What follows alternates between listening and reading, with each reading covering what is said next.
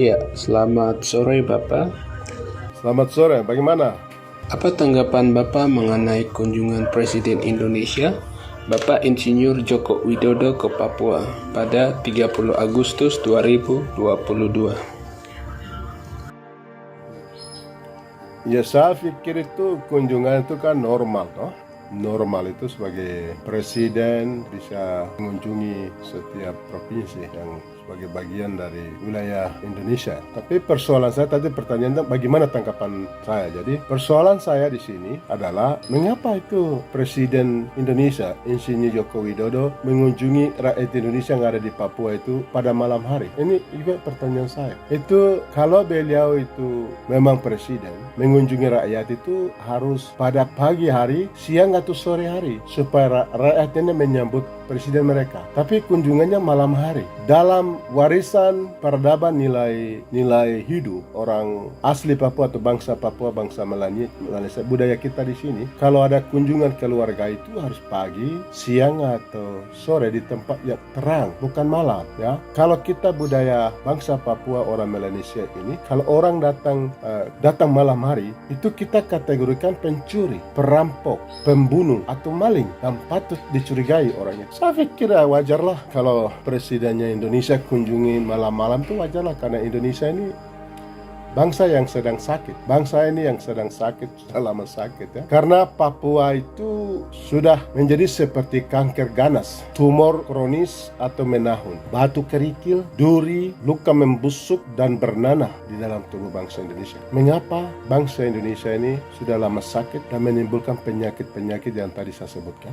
Karena ada konflik Papua, sejarah konflik yang panjang sekali. Itu konflik terlama dan terpanjang di planet ini, di bumi ini. Karena Indonesia menerapkan sistem di Papua itu bernafaskan rasisme, fasisme, kolonialisme, imperialisme yang menyebabkan pelanggaran berat HAM selama 61 tahun sejak tanggal 19 Desember 1961, sejak keluarnya maklumat Trikora. Dan itu menimbulkan tragedi kemanusiaan, genosida, marginalisasi, penderitaan yang panjang yang terjadi secara sistematis, terstruktur, terprogram, masif, meluas dan kolektif. Dan di sini ada ketidakadilan juga. Ini persoalannya. Presiden harus menyelesaikan persoalan ini. Indonesia harus membereskan masalah ini. Jadi bukan datang malam-malam seperti pencuri, seperti perampok, ya, seperti pembunuh, seperti penjahat. Jadi solusinya itu harus ada, ya. Solusinya itu pemerintah Indonesia mengundang komisioner HAM PBB berkunjung ke Papua sesuai dengan desakan 80 negara termasuk desakan negara-negara Uni Eropa. 2, mengizinkan wartawan asing dan diplomat asing datang ke Papua. Dan yang ketiga itu membuka ruang perundingan damai antara pemerintah Indonesia dan pemerintah sementara bangsa Papua atau Yomdalupi di bawah pimpinan Tuan Beni Wenda. Dan untuk menyelesaikan masalah Papua itu solusinya. Solusi bukan DOP,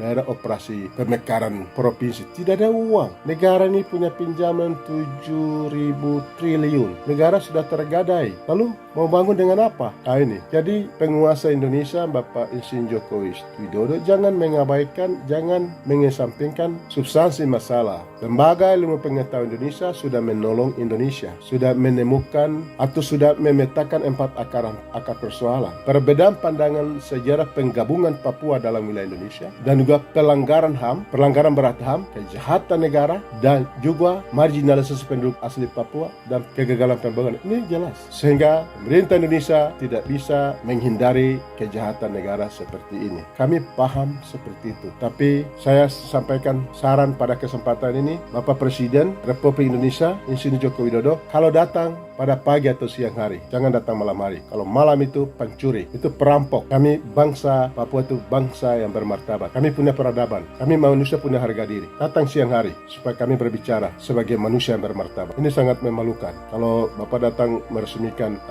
gedung sekolah cukup menteri lah. Itu bukan level Bapak. Delegasikan menterimu yang datang untuk urus itu. Ya, minta maaf, itu saya tidak punya kewenangan untuk sorot itu, tapi ya saya sampaikan. Karena itu hanya bermain-main dengan persoalan yang ada substansi masalah di Papua. Ya, barangkali itu komentar saya. Terima kasih.